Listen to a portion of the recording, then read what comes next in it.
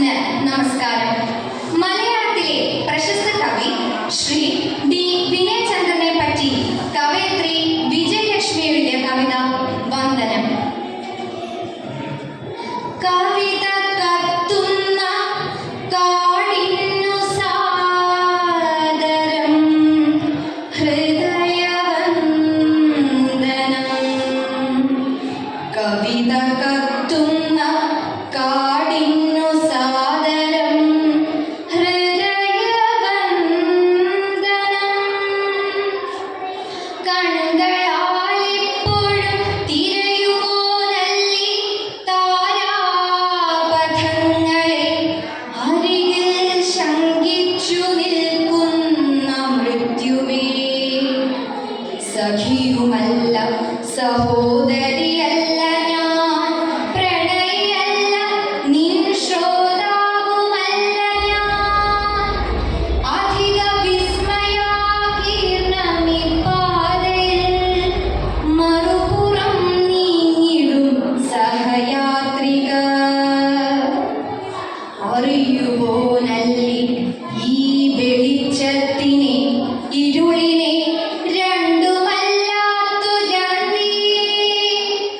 മിതിയടിപ്പുറത്തേറി നീങ്ങുന്നവൻ, വഴിയിൽ മുക്കുറ്റി നോക്കി നിൽക്കുന്നവൻ, മിഴിയെഴുതിയ പൈങ്കിടാവിനെ തഴുകി നെറ്റിയിലുമ്മ വയ്ക്കുന്നവൻ, ചിറകുവയ്ക്കുന്നൊരന്തിക്കു കാവിലെ ചെറുചിലമ്പുലി കേട്ടു നമിച്ചവൻ, ചെറുവിരൽ തുമ്പിലോ വനദുർഗതൻ, അരുമയാം സ്നേഹമെത്തിപ്പിടിച്ചവൻ.